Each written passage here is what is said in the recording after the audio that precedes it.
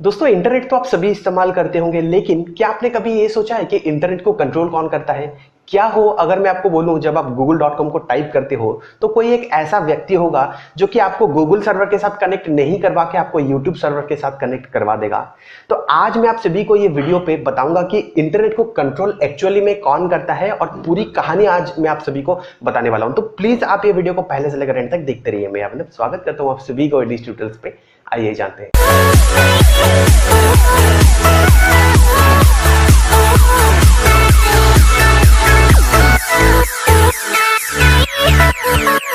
दोस्तों, यहाँ पे ये जो टॉपिक है ये थोड़ा सा अलग हो जाएगा उस टॉपिक से जहां पे अगर मैं आपको पूछूं कि इंटरनेट को ओन कौन करता है, मतलब इंटरनेट किसका होता है, किसी इंडिविजुअल का नहीं होता है, ये एक इंटरकनेक्टेड नेटवर्क होता है।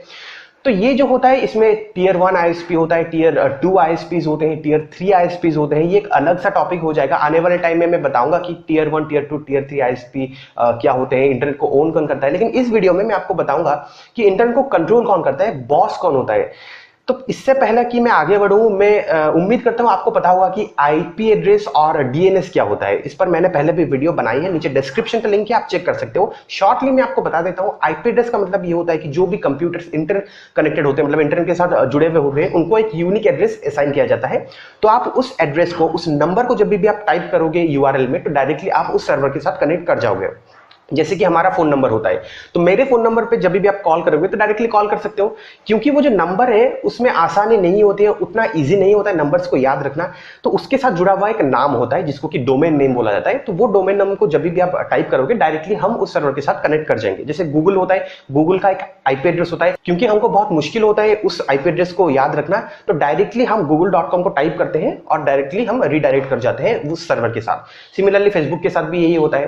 तो ये डीएनएस और आईपी एड्रेस होता है। अब आप एक बार ये सोच के देखिए कि आप YouTube देख रहे हो, मेरी ये वीडियो को आप देख रहे हो, अगर आप youtube.com को टाइप करते हो, लेकिन आपका जो इंटरनेट होता है आपको YouTube सर्वर के साथ कनेक्ट नहीं करवा के आपको गूगल के सर्वर के साथ कनेक्ट करवा देगा, या फिर आपको फेसबुक के सर्वर के साथ कनेक्ट करवा देगा, तो वहां पे कितना मुश्किल आपको होगा। इंटरनेट का कुछ भी नहीं हो सकता, इंटरनेट पूरी तरह तबाह हो जाएगा। मतलब वहां पे आप एक दूसरे के साथ कनेक्ट नहीं कर पाओगे। आप सोच रहे होंगे आप गूगल के साथ कनेक्ट करोगे, आप सोच रहे होंगे आप अपने बैंक अकाउंट के साथ कनेक्ट करोगे, लेकिन आप डायरेक्टली कनेक्ट नहीं कर पाओगे। तो इस चीज को जो मेंटेन करता है, जो ऑर्गेनाइज करता है, वो एक नॉन प्रॉफिट ऑर्गेनाइजेशन होता है जिसको हम बोलते हैं आईकेन, मतलब internet corporation for assigned names and numbers. ये बेसिकली डीएनएस को मेंटेन करता है। अब यहाँ पे देखिए, एक जब भी एक डोमेन नेम होता है www.google.com फॉर एग्जाम्पल। अब डॉट से पहले एक होता है, डॉट के बाद एक नाम होता है, डॉट के बाद जो होता है .com, .org, .in, इनको टॉप लेवल डोमेन्स बोलते हैं या फिर टीएलडी बोलते हैं। इनमें दो अलग अलग कैटेगरीज होते हैं, एक है जेनरिक टीएलडी और एक है country specific TLD. Country specific मतलब .cn जैसे चाइना के लिए, .au जैसे ऑस्ट्रेलिया के लिए, .in इंडिया के लिए। अब एक कंपनी होती है जिसको रजिस्टर बोला जाता है। अब वो कंपनी लिस्ट करती है पूरी की पूरी एक पर्टिकुलर सफिक्स के लिए। .com के लिए पूरी की पूरी लिस्ट होती है, .au के लिए लिस्ट होती है, .cn के लिए लिस्ट होती है। जो आईकेन होती है वो आईकेन बेसिकली कॉन्ट्रैक्ट साइन करती है ये सब रजिस्टर से। तो वहीं से ही इंटरनेट जो है आगे बढ़ता जाता है। अब आईकेन का काम ये होता है कि जितने सारे आईपी एड्रेसेस है उनको वो मेंटेन करेगा और लिस्ट करेगा एक स्पेसिफिक डोमेन नेम के साथ। अब सोचिए वो जो डेटाबेस होता है आईकेन का वो कितना पावरफुल होगा। सोचिए कोई हैकर आके अगर हैक कर देगा, मतलब इंटरनेट वहीं पे पूरी तरह खत्म हो जाएगा।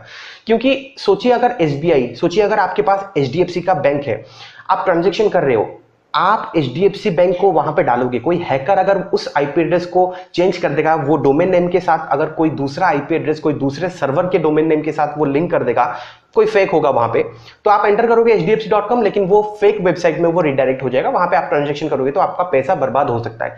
तो सबसे पावरफुल होता है आईकेन का जो डेटाबेस होता है। तो इस चीज को ध्यान में रखते हुए दुनिया भर से 7 लोगों को 7 कीज, फिजिकल कीज बांटी गई है। तो यहाँ पे देखिए आईकेन जो है वो यूएसए में मौजूद है।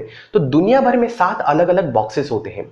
वो 7 कीज के मदद से वो बॉक्सेस को अनलॉक किया जाता है, ठीक है। तो वो बॉक्स के अंदर 7 स्मार्ट कार्ड्स होते हैं।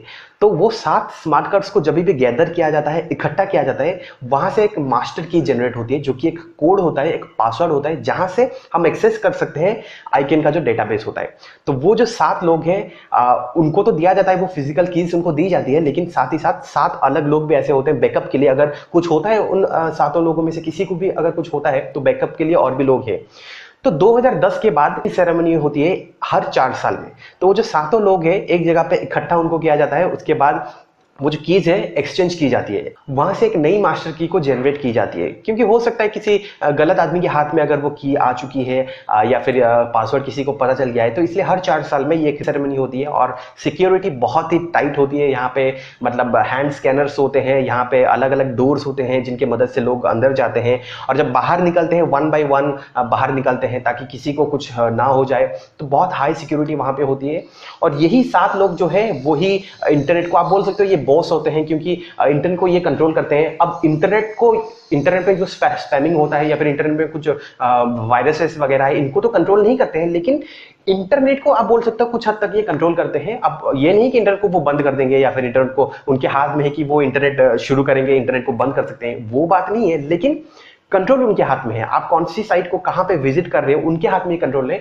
हो सकता है वो आपको किसी दूसरी साइट में वो रिडायरेक्ट कर दे। दोस्तों मैं उम्मीद करता हूं आपको पता चला है कि इंटरनेट को कंट्रोल कौन करता है, आइकन क्या होता है। दोस्तों अगर मेरा ये वीडियो आपको पसंद आया तो प्लीज लाइक कर दीजिए, शेयर कर दीजिए अपने दोस्तों के साथ ज्यादा से ज्यादा। और अगर आपने मेरे ही चैनल को अभी तक सब्सक्राइब नहीं किया है तो प्लीज सब्सक्राइब कर दीजिए ताकि आप जुड़े रहे मेरे चैनल के साथ। मैं इसी तरह आपके लिए इंटरेस्टिंग वीडियोस लाता रहूंगा। देखने के लिए बहुत बहुत शुक्रिया। आज के लिए बस इतना ही, धन्यवाद।